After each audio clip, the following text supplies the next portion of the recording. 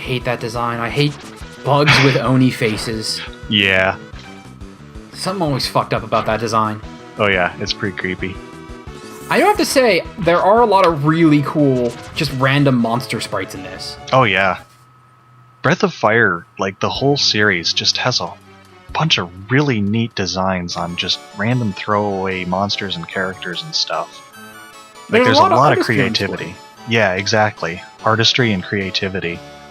And one interesting thing about this, like, I would say this has better graphics than Final Fantasy VI.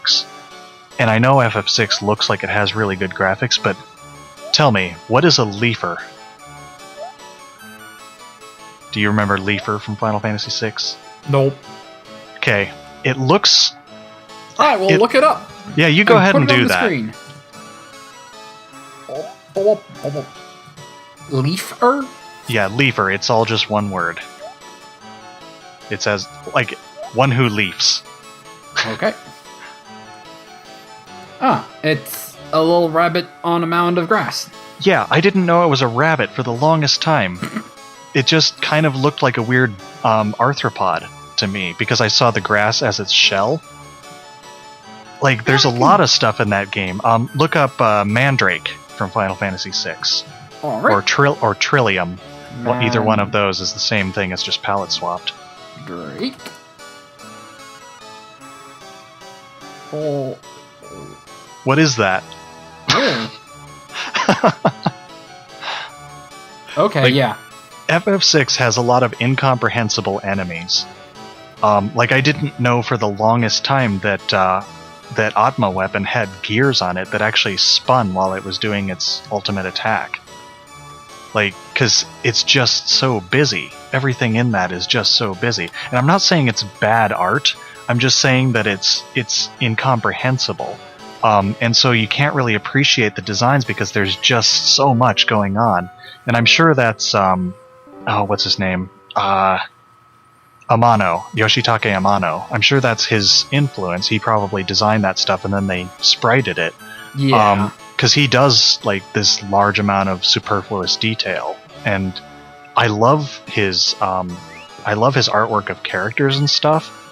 But, like, yeah, a lot of that doesn't translate well into a 16-bit video game. Well, the trouble is, his style is this really wispy, ethereal style. Yeah, exactly. And how the fuck do you do that with sprites? And sprites are all these really squished, blocky things. It's yeah, polar you have opposites. to deal with squares, exactly. Like, they can make wispy stuff, but, like, it just doesn't have the pen stroke quality of his artwork. No, I don't think there's a single right angle on anything he's ever drawn. Yeah, probably not. And I'm not sure there's ever a single connecting line. All these smooth strokes and occasionally sharp, pointy bits. Mm-hmm. Then you go into sprites and it's a series of cubes. Yeah, exactly. And so, like, I love Final Fantasy VI. It's a great game. But, like, the graphics are fine. Like, they're actually pretty good to look at. It's just that you don't know what the fuck you're looking at. Yeah. So it's more like surreal abstract art than this game, in which case you can actually distinctly tell the designs of the characters and whatnot. And the enemies. It's a surreal, but not intentionally so. Yeah, exactly. Because you can have, like, games where you're not sure what the fuck you're looking at, but that's the entire point. Yeah, well, I mean, if it's supposed to be some sort of cosmic entity, that's fine. Like, that's perfectly great, and you should be doing stuff like that. But when you can't tell that it's a bunny rabbit for 4 years or so, because, well, one, because you're a kid, and two, because it looks like it's a fucking arthropod, like, something's wrong. Yeah. We won't tell you because we're diglets. Yeah.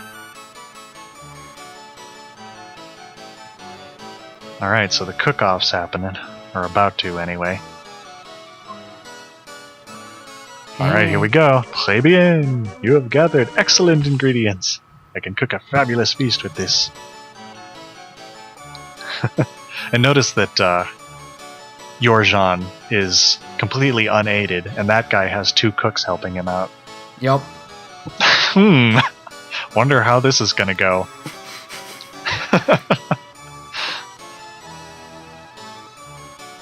Well, he has the entire kitchen staff, too. Yep. He's got He's everything. got those at guys his in the disposal. backup hoarding all the ingredients. Yeah, pretty much. Although I do love this scene. Like, even though it's obvious where it's gonna go, it's still done really well. Oh, goody, goody. Yeah! I wanna think you show will now. laugh. Alright, the cooking contest. Iron Chef. Mhm. Frog Castle. Yep, pretty much. Yeah, and so he has them put the trays down and stuff because, you know, he's cheating, basically. Oh. Then Jean has to carry this out by himself, and he just kind of places it like that. Yep. Order up. I love what they do with the sprites here. Yeah. Because, like, they only have a few frames of animation, but the way they pace them and the way they make them move, yeah, it's just, it's so cool. No, I don't care about being the prince. But I could place the burden of being Vatape's brother on a stranger.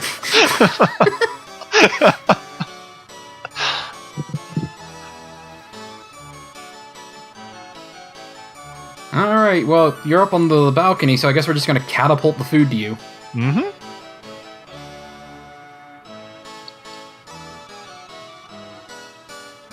Good luck to both of you.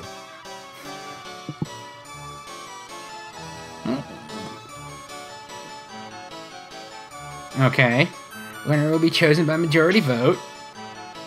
The three of us. Mm-hmm. Oh. Oh. It is almost fair, like, that voting process, because they know the princess is on Jean's side. I was just thinking that. The princess is on Jean's side. The Yeah. head chef is clearly in the imposter's pocket. Yeah, and so who's the king gonna go for? Yeah. Which is actually what it winds up coming down to. Okay. So yeah, here we are. So he eats that. It is excellent. The worm is chewy, and the harmony with the roasted garlic is simply marvelous. The cockroaches are deep fried in their own oils. I see, it's crispy on the outside and juicy on the inside. It is the best. These are I feel flies. like I'm watching the Food Network.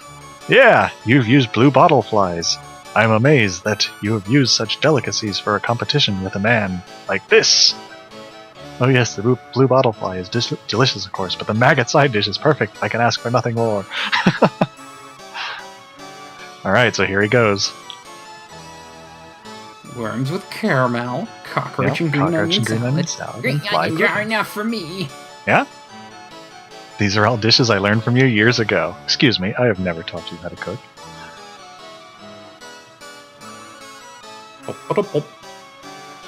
Doesn't even eat the whole thing. There's the worms. You've used good ingredients. But it's a shame that it's a bit bland. Gee, that one's pretty big.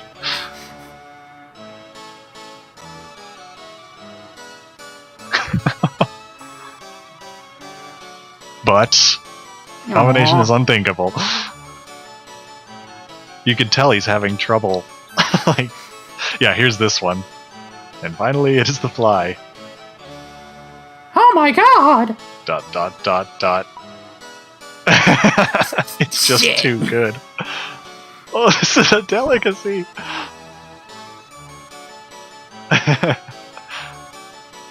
it's Yeah, nothing. yeah. You have not brought out the good flavor of the fly. This is completely out of the question. In my opinion, Prince Jean's cooking is superior in all the dishes. Uh-oh, music changes. How dare you? Fly is a different story, you lying sack of shit.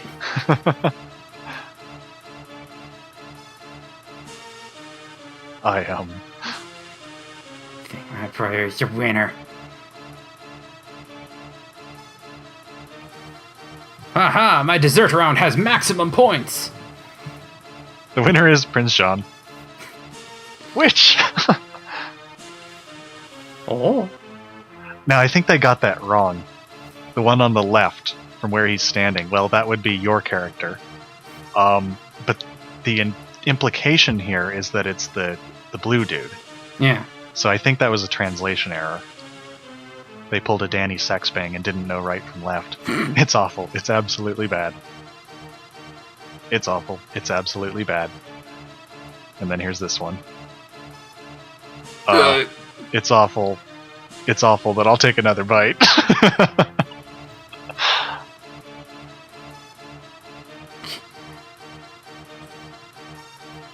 How dare they? Yep. Bug. And Pug, please eat it. If you eat it, it will show that my brother's cooking is good. Shit. Please eat it, all of it. No, your lives are also riding on this competition. You must eat it. No. And then she says the same thing. I'm pretty sure I can fight my way out of this castle. Yep, pretty much. Alright, so I switched characters because reasons. I ate the food. It didn't taste bad, but it made him a little sick.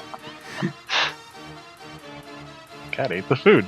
He feels nauseous. Is it just his imagination? And then we go with Bug. Bug thought about the ingredients. Worms, cockroaches, flies. Gak! Bug vomits. Your character vomits. And so now she's completely pissed off at you too. I'm a hummin. Hummins Yep. don't eat these very well. Yep. In that case, we're better off without this castle. I'll blow it all up. I'll blow it up. Oh, Jegus. Yep. What? Jet. Oh, is there more going on than initially led to believe? Maybe. Ooh, is this are they Game of Thronesing it? Is the Yep. imposter actually an old royalty that's come back to reclaim the castle? It's not that deep. Aw. Also, the head chef just said he was being threatened by the imposter. Please forgive him. Yeah. Yeah. So in this case, they didn't forget. Although, actually, the king had some stuff going on with his head. Okay. So that does show up again. Yeah, so here's a secret area. Ooh. You have to use this to get there.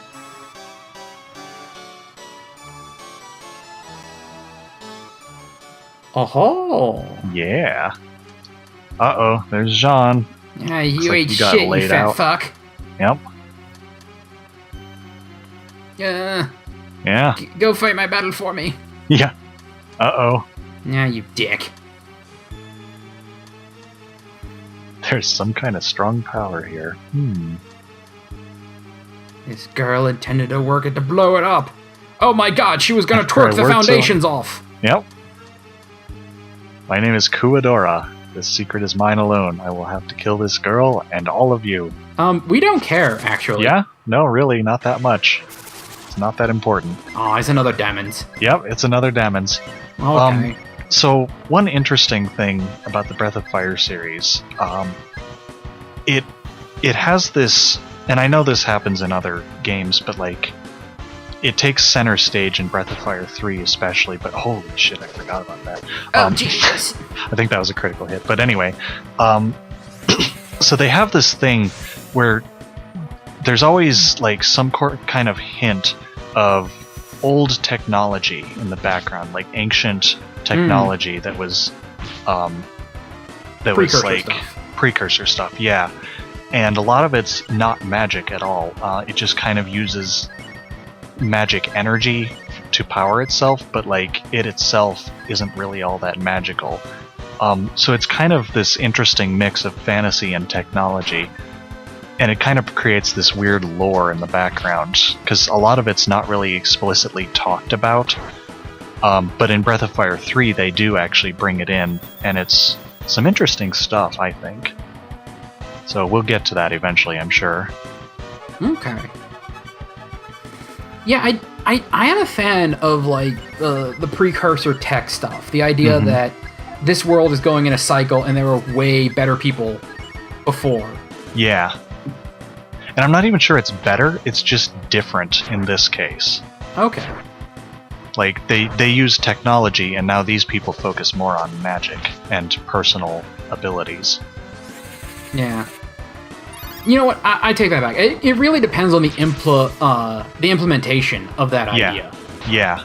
Because you have the Final Fantasy X way of doing it, where civilization kind of collapsed, and you're in this like regressed society where they've gone back. Yeah, and they're having trouble getting out of that regression.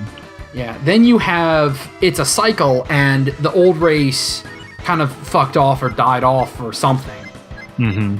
And then you have the Ancient Aliens approach, where there were visitors, but they left. Yeah.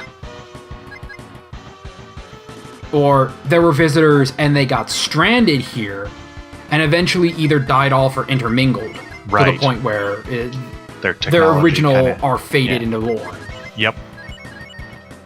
Yeah, and they never really say exactly where it came from. Like, there are hints of it, but no real outright explanations, which I think is kind of nice, because like a lot of things like to explain too much. Yeah. Because like, and I'm not saying this is the case, but like you could see that as a situation where the ancient technology is modern technology. Huh. So like this might just be a later day Earth. Yeah. And I've always liked that idea. It's a little overdone now, but like I've liked it for a long time. Well, I remember there was a time where Square came out and said, yeah, every Final Fantasy game is on the same planet just thousands of years later. And everyone was like, shut the fuck up. No, it's not. Yeah. Fuck you. Yeah, that doesn't make any sense because continents shift. The continental drift is not that fast. Well, when I said thousands of years, I meant like... undefined amount of time later. Okay, eons. Yeah. All right. They basically came out with that notion. Yeah. Okay.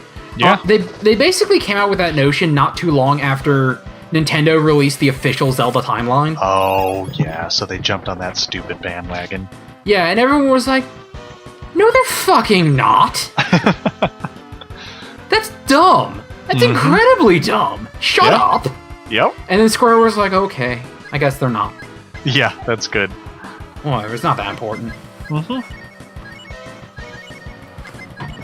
Just, so fucking dumb. Yeah.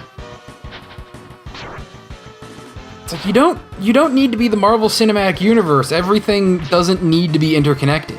Yeah, I think one of the strengths of Final Fantasy is that things aren't tied together. Yeah. And I think that was one of the strengths of the Zelda series, too.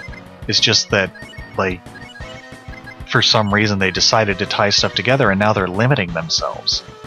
And so now you always have to have Ganon, and you always have to have Zelda, and you always have to have Link. Like, Link, I guess, was a necessity, and Zelda kind of was. But not really. Like, Link's Awakening didn't have Zelda that much. I think they had, like, mentions of her. Yeah, some of the better Zelda games didn't have Zelda or Ganon. Yeah. Like, Majora's Mask didn't have either of them. Yep, Link's Awakening didn't have either of them. Yeah, I don't know. Well, Link 2 wasn't that amazing. Like Zelda 2, it was still, like, very interesting from just a narrative perspective. The premise, yeah. Yeah. Yeah, it's... I don't know. I feel like sometimes that can work, like the entire Wind Waker storyline. Yeah. Like the idea that Ganon is fully aware of how many times they've gone through this loop and he's just fucking tired. Yeah, that is nice. That was a really good characterization for him. Yeah. Ah, god damn it, it's the vagina eye all over again. Oh, fuck all y'all. Yeah, he's taking us with him. Blow up and die! Ha ha ha! Yep. Ah, Gigas. He's one of the few characters who turns into a demon for the battle, but doesn't actually have an overworld demon sprite. I can imagine compressing that design down into an overworld sprite. They do it with frickin' Barubari, the vagina eye guy. I guess. And it's huge.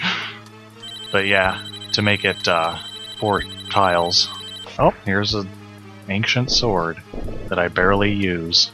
Haha, all he did was open the door. Yes, he did. This is where the legendary sword was placed. We lied to everyone that there was an explosion control here to keep burglars away. That was actually brilliant. Yes. I love that Jean knew that, but his sister didn't. Have you died? Are you dead yet? Jean! I touched the explosion control. Why didn't we explode? My Travian friends killed him.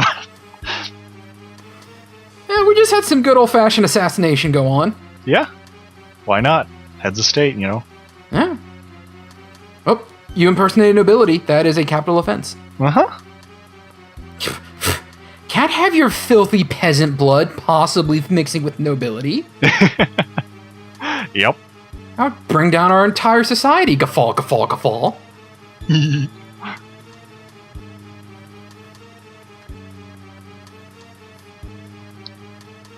Oh, we all wished for a better prince, and we got one, and then we decided, shit, we like incompetence. Why did that say king, bug? That was weird. Sometimes this game just has weird things. Oh, you just got it. Yeah. It's torn up and doesn't look usable, except that you can use it. And it's not a bad sword for this point in the game. It's just that I bought the flame sword, which is like 3 dungeons later. I'm guessing this is one of the things where you find a way to fix it later and become super badass. You would think that, but I think that was something they intended and then wound up not doing. Nah. Because you actually can do that in Breath of Fire 1. There's like a broken sword or a boomerang or something, because your character uses both swords and boomerangs in that one, which never appears again. And so you get a better version. But, yeah. He's very forgetful. Oh, look at that. But in this one, you just get the sword, and then, like, it's useful in that it has an instant death ability. So, like, there's a certain percentage chance that it'll instantly slay any smaller, minor enemy. But there's no real purpose to that sword. You know, the chance to insta-kill minor enemies, I've only ever played one RPG where I found that to be useful. Which one was that? Digimon Story Cyber Sleuth. Oh, There's, okay. I think 2 you can get. There's a couple you get where they have a static on themselves, where it's just that's their power. Okay. And then there's, I think, one where your entire party now has that buff. Yeah. As long as they're active, and it's like, okay. And it's mega level, so they're not trash, and they have a couple of good moves they can learn, so and their stats aren't terrible. So they're completely usable. This is an option you can do, and it makes grinding easier, because, like, 10% chance of an instant kill. Nothing to snub your nose at. Yeah. Everything else, it's like, okay, you can get equipment that's... It's okay. You can do better, but it does have the instant kill. Yeah. So Jean just said he's coming with us as a token of his appreciation. And then he said, when Patape got mad, "Oh, but I know that you're such a responsible person that I can leave the country to you." And she's like, "You know just what to say, but you're just trying to get away from all this responsibility, aren't you?" And he's like, oh, don't get mad again. "Oh, you're not going to get mad. You just said you wouldn't." I love these interactions. So there's a game that I played where instant death is also crazy useful. Like, it's actually borderline broken. You can attach an instant death ability to your character's weapon in Artanelico 2. And your characters most of your characters get like multi-hitting moves, and each hit has whatever percent chance the attached ability gives you to enact. Okay, that is what makes it. Yes, it's completely busted, and so I just went through the entire final dungeon without worrying about anything, because by that point I was like, okay, this isn't a problem at all. So I was just ripping through enemies really fast. I take that back. There is another game I played that has weapon upgrades that can give instant death. XCOM 2. Oh, okay. But then again, 90% of that game is praying to the gods of RNG not to fuck you over. Yeah. So adding this is like, alright, I now have a 5% increased chance of not getting dicked. Mm-hmm. Yeah, you just gotta hedge your bets. Yeah. That is a game where a 5% chance to miss has never been more terrifying. Yeah, no kidding. Like 90% hit rate, that means there's a 5% chance this guy will eat shit and die. Yeah. Ah, shit! Yep. So I talked to a person in the lobby area earlier, and she was talking about, what about that thief lady who we locked up? What should we do with her? And so we're gonna go get that thief. Oh. And I forgot where she was for a second, but that's just me being dumb. But this is where the plot actually starts to, like, this is actually where it starts to pick up and begin. Like, things are actually happening. But first, must get treasures. Oh, the room that's been taunting you this whole time. Oh, yes. I got a royal hat and an iron shit. And a breath R. Breath R. Yep. It sounds like a fucking Pokemon name. Yeah, it kind of does. Breath R! Oh, better equip that on Cat because her defense is garbage. Her little gem's a rainbow. I wonder what that means. That means she likes me. That means she likes the ladies. Yeah. Oh. What? Rainbow. Yeah. Ah, help me! I can't stand these cockroaches anymore. Ah. She keeps saying that until you talk to this guy. What a terrible night to have a curse. But lately, all she does is complain and doesn't work. Will you take her? Alright, so this episode we're not going to get to see what the ramifications of getting the winged thief are. But we got the winged thief. I don't care if you take me to Trout's place, as long as there's no cockroaches. Dead or alive, you're coming with me. Yep. So yeah, that's probably the most arduous part of the game, and it is over. Ah, holy shit. Yeah. I'd even kind of forgotten that you were here.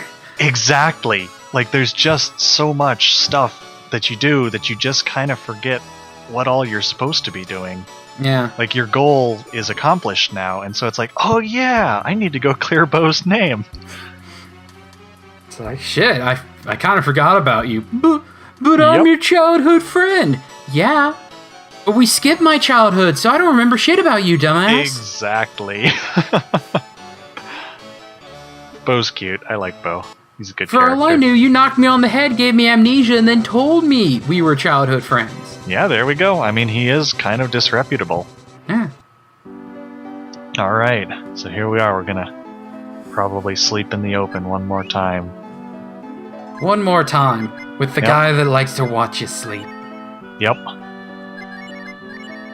Mm-hmm. I'm not sure why I changed party members, but I'm sure I had a good reason. It seemed like a good idea at the time. Yeah.